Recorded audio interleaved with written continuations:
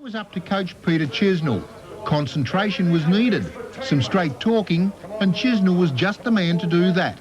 A win, he kept telling them, would lift them into the 5. The prize is a place in the 5, OK? You've come a long way. This is only the beginning of it. It's only the beginning. This is when you stake your claim to the thing that you want most.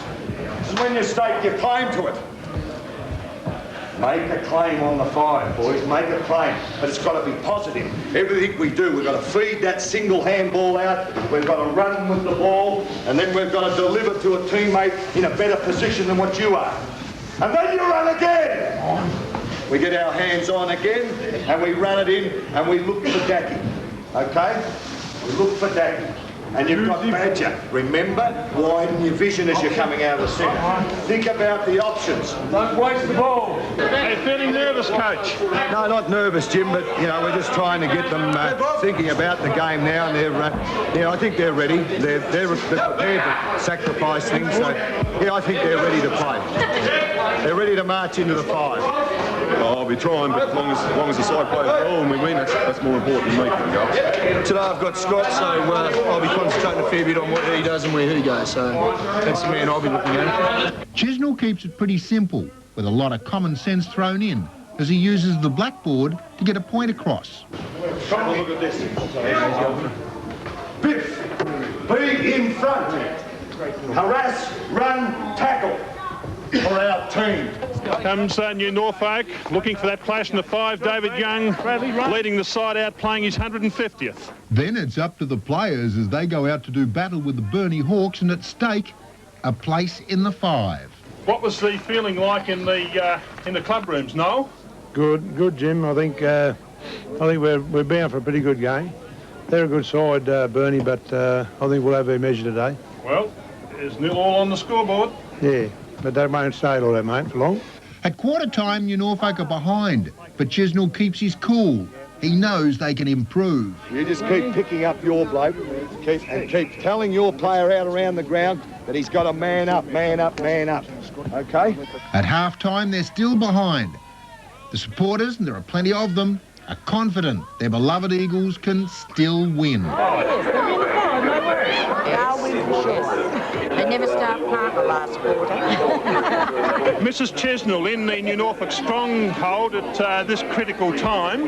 Why aren't you down there helping your husband? I think he's doing a good enough job. Did he eat his breakfast this morning? Yes, he did, yes. Does he get nervous before a match? No.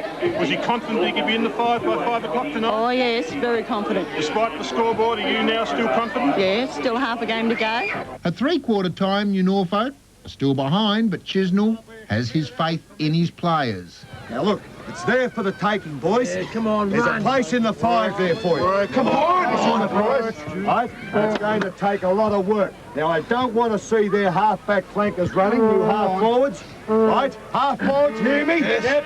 I don't want to see them running off at all. I want to see them manned at all times. And I want to see you moving around. The forward line's got a bubble this quarter. That's got a tick. That's got to get driven in there quickly. The ball's going to be there. Dacky will lead up the ground. You small blokes have got to be prepared to run in for the ball that goes over the top. OK? Now, is that all loud and clear? Yep. Come on, fellas. Come on. 10% committed effort. 18 players out there. 18 players out there committed to the one effort. OK? Now, can you do it? Yes! Let's go out and prove yourselves a final 5 team. The last couple of minutes, and Burnie had all the play, but the Eagles would not lay down, and they would not give in. And that final siren saw it a draw. Their supporters don't know what to do. They didn't know at this stage they were in the 5 with North Launceston losing, nor did the players. Might sneak into the 5 and that, will we or not? How the feel? I'm not sure about that. In the rooms afterwards, it was like the New Norfolk of old, and Peter Chisnell was proud of his team. You're that far away from being a top side, that far away from it. Now, you've got to believe in that, believe in yourselves. I think you're starting to do it. And if you keep doing that, you're going to be a great side. Not just an ordinary side, we're going to be a great side. Because like that fighter, you know how to come up off the floor now, boys. But we're off the deck, we're off the floor, and that's where we're going to stay. Committed to this goal that we've got. Congratulations, boys.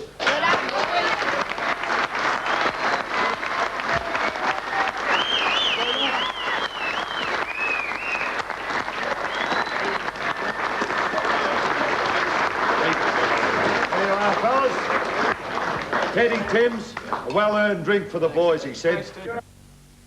Good on you, Norfolk. That was terrific. Yeah, not many coaches would like you to have that access to see what happens before, during and after the game. No, we checked with Peter Chisnell through the week as to whether he would let us in. We were going to do something well before 1 o'clock, but Peter was good enough to say, no, you can come in and you can do whatever I say to the players. He said the supporters are going to be there. You're welcome to come in, and we would like to thank Peter Chisnell for that, and also the New Norfolk Football Club, because it's terrific. Not many people get into here, coaches, now, and it's good to get something out of the rooms like that. I think it's terrific for the game, and thanks New Norfolk for drawing. Thanks for getting into the 5, because we had one problem. They needed to. If they didn't get into the 5, we couldn't have used that story. And poor old Jim was travelling back thinking that it was a non-event until he heard that North Launceston had got beaten, because, I mean, Burnie drawing with New Norfolk, it meant Burnie stayed in the 5, and we thought New Norfolk had to beat Burnie to put them out of the 5. It's amazing how popular that Peter Chisnell is. I mean, we've done heaps of interviews. The day he was appointed coach, we went up to Boyer to do the interview with Peter. Did an interview with him. 20 or 30 people there standing around, applauded when we finished. I've never had that happen before, but they love it. Oh, it was just great, as I say, to do the story with New Norfolk, because over the years we haven't done a lot with them because they haven't figured in the match of the day very often, and that match was just so important, and as it turned out yesterday, it was the pick of the game. It's all over. How do you feel about a draw? Well, you know, I never enjoy any part of losing, Jim, but, you know, a draw was a good effort for our guys in the finish. The end result of it all was a great effort. But I think when players come out, as I said, as a coach, when players come out and give 120% the way they did, well, then I was happy with the draw. But, you know, it would have been nice to get the 4, but 2's not bad. The district got behind you today. Were you happy with the crowd? I believe you're out canvassing yourself to get them along today. Oh yes, we did a fair bit of work during the week, but you know, the club itself's doing a lot of work, Jim. So you know, I mean, you don't really have to canvass when you've got a team of these young blokes that are all having a go. And I mean, these blokes had a red hot go today, and when they're having a red hot go, people will come and watch them play. They need, you know, they want to see them play. Scott was a big problem for you up forward. Yeah. Well, of course, he's such a big man, and he's such strong hands, and he's a very sure kick. You just can't afford to give him too many goes at goals. But I thought young Troy White, when I shifted him on, did a tremendous job. Troy's coming ahead in leaps and bounds. Peter, whilst I suppose it's lucky to get away with a draw, you must have some disappointment because New Norfolk had that game won halfway through the third quarter. We did, Jim. We sunk back into our old style of game again, if you like, that we get sides down and we're really running on and doing our thing, and then all of a sudden it almost appears as if they look at the scoreboard and say, hey, what are we doing here? And, you know, I've still got to get that out of them, but it's coming. A bit loose in defence. Yes, yeah, a little bit. I thought, well, our half, they were getting a fair bit of drive from their half back line. And now our half forwards were a little bit loose, particularly in that third quarter. But, you know, those things happen. Players get tired and, you know, the workload becomes pretty heavy. A couple of critical decisions. Oh, yeah, I thought the umpiring was very good. And particularly, you know, when things got very tight and that, I mean, umpires, I always think, you know, when you go out and you see a game of football and you don't notice the umpires, I reckon they've done a great job, and I think they did a very good job today. Well, when will the nervous energy dissipate? Well, I'm just about all right now, Jim, but I'm certainly thinking about things for next week, and, you know, the old cogs are still turning, but, you know, gee, I'm proud of the boys. Isn't that great to hear? Well done by Peter Chisnell. Very positive approach. Very, very positive with all his answers there, and of course he's the same when they lose. You know, he does the same. He talks the same way. But it was, I think, terrific to see for New Norfolk to do that. Okay, Jim Manson now talks with Mark Scott, the Burnie Hawks captain coach. Mark, are you pleased with the Hawks' effort, or are you disappointed with the draw? Well, I think there's a bit 50 each way because we were pleased, obviously, not to be beaten. We came down here to win, and I'm disappointed that way because I thought we had our chances. Obviously, I've got, to commend Peter Chisnell and his boys. They fought it out, but we came down here for a win, and also for the first time the club could have won first, seconds and thirds. So we've missed out. We've got to go again next week. And you did strike a fanatical New Norfolk today, I can tell you that. But what was it like in those closing seconds trying to force a point up in the square? Yeah, I think you get in a situation like that, and I think everyone wants to get that winning goal or whatever, but that's something we'll learn from, and I'm sure the boys would have got a lot out of the game. Mark, New Norfolk slipped away in the third quarter, you might remember, and this forced you personally to come onto the ball. Oh yeah, it's just one of those things, spur of the moment things that I think the guys needed just a bit of a shot in the arm, and to their credit, they really fought back well. It was good. Yeah, well, it happened. Just so happens that when you came on, they struck back. Bit of a fluke.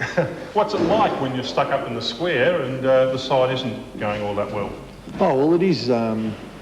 It is hard, but I rely pretty well on my bench, and they're very good backup, and that's just one of those things that you're hoping it turns around, but if not, well, you go up there and try and stir things up a bit. Inaccuracy certainly cost you dearly early.